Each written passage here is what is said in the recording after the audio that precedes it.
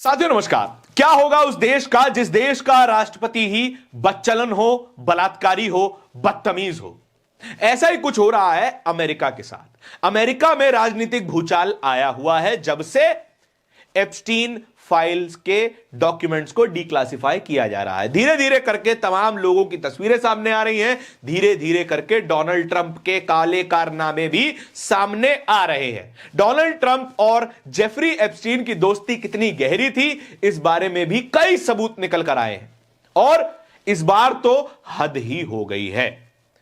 Declassified documents में से एक डॉक्यूमेंट यह बताता है जिसमें एक विक्टिम की टेस्टिमोनियल है जो कि कह रही है कि डोनाल्ड ट्रंप और जेफरी एप्स्टीन ने मिलकर मेरा बलात्कार किया है।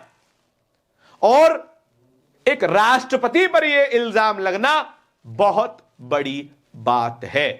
पहले ही उनकी तस्वीरें जेफरी एप्स्टीन के साथ आम हो चुकी थी। जैसे ही एप्स्टीन फाइल बाहर आई तो अमेरिका के एक और राष्ट्रपति बिल क्लिंटन की भी तस्वीरें सामने आ गई। वो क्या क्या रंगरलियां मनाते हुए दिख रहे हैं वो सब देख चुके हैं। अब ये जो टेस्टिमोनियल सामने आया है उसको एक सामाजिक कार्यकर्ता जिनका नाम है मेलेनी डी अरीगो। अगर मैं इनका नाम गलत ले रहा हूं तो फिर माफी चाहूंगा, अंग्रेजी में अपना हाथ तंग है। उन्होंने इस टेस्टिमोनियल को शेयर करते हुए क्या लिखा है? He raped me. Donald J Trump had raped her along with Jeffrey Epstein. She was found with her head blown off. There was no way it was a suicide.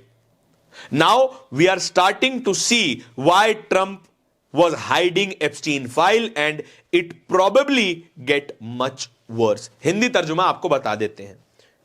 उसने मेरा बलात्कार किया। डोनाल्ड ट्रंप और Jeffrey Epstein ने मेरा बलात्कार किया। और आगे जो इन्होंने लिखा है वो ये है कि इस विक्टिम की बॉडी जब पाई गई तो उसका सर धड़ से अलग था और यह कतई सुसाइड नहीं हो सकता। कोई भी व्यक्ति अगर सुसाइड करेगा तो फिर नस काटेगा, जहर खाएगा, फांसी पर लटकेगा या फिर बिल्डिंग से कूद जाएगा। अपना ही सर धड़ से अलग कोई कैसे कर सकता है? और अमेरिका की जांच एजेंसीज इतनी अंधी कैसे हो सकती हैं कि उसे सुसाइड बताया जाए? ये उस विक्टिम की बात कर रही है जिसने पहली बार सामने आकर जेफरी एप्स्टीन के खिलाफ कंप्लेंट दर्ज करवाई, पूरा केस लड़ा और उसकी मृत्यु हो गई सुसाइड से। और सर धड़ से अलग हो जाना सुसाइड कैसे हो सकता है? यह एक बड़ा सवाल है। एक राष्ट्रपति जो कि मौजूदा राष्ट्रपति है वो व्यक्ति बलात्कारी साबित हो चुका है। यह सरकारी डॉक्यूमेंट्स हैं। जितनी भी जांच एजेंसीज ने जेफरी एप्स्टीन और उसके आइलैंड्स, विलाज और उसके काले कारनामों के ऊपर जांच की, उस जांच को डॉक्यूमेंट किया और जांच के बाद संसद से, अमेरिका की संसद से बिल पास होने के बाद, राष्ट्रपति के सिग्नेचर होने के बाद ये जांच के डॉक्यूमेंट्स बाहर आ रहे हैं जिसमें जेफरी एप्स्टीन से जुड़े विक्टिम्स के टेस्टिमोनियल है, चैट्स के स्क्रीनशॉट्स हैं, ईमेल के स्क्रीनशॉट हैं, तमाम बातचीत हैं और कौन कौन व्यक्ति कहां कहां जेफरी एप्स्टीन से मिला उस सब के रिकॉर्ड्स हैं।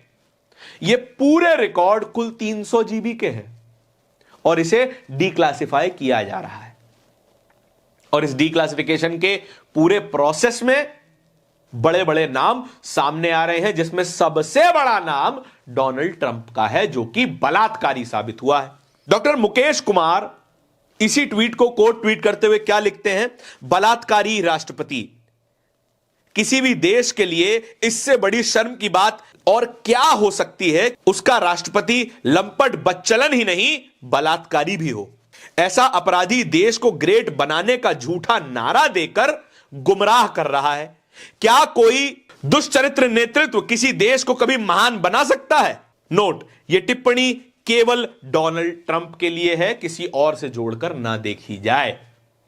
डोनाल्ड ट्रंप के लिए ये सबसे बड़ी शर्म की बात है। हालांकि उस नेता को शर्म तो आती नहीं है, जिस तरीके की भाषा का इस्तेमाल वो करता है, जिस तरीके की राजनीति वो करता है, उसको शर्म तो आने वाली नहीं है। लेकिन बात यह है अमेरिका के लोगों के बारे में।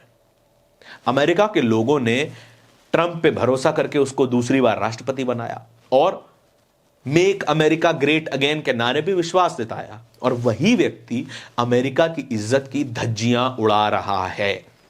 अमेरिका में कुछ हो ना हो, अमेरिका ने दुनिया को कुछ दिया हो या ना दिया हो, युद्ध के अलावा उसने अपने लोगों को लोकतंत्र दिया और सवाल पूछने की आजादी दी।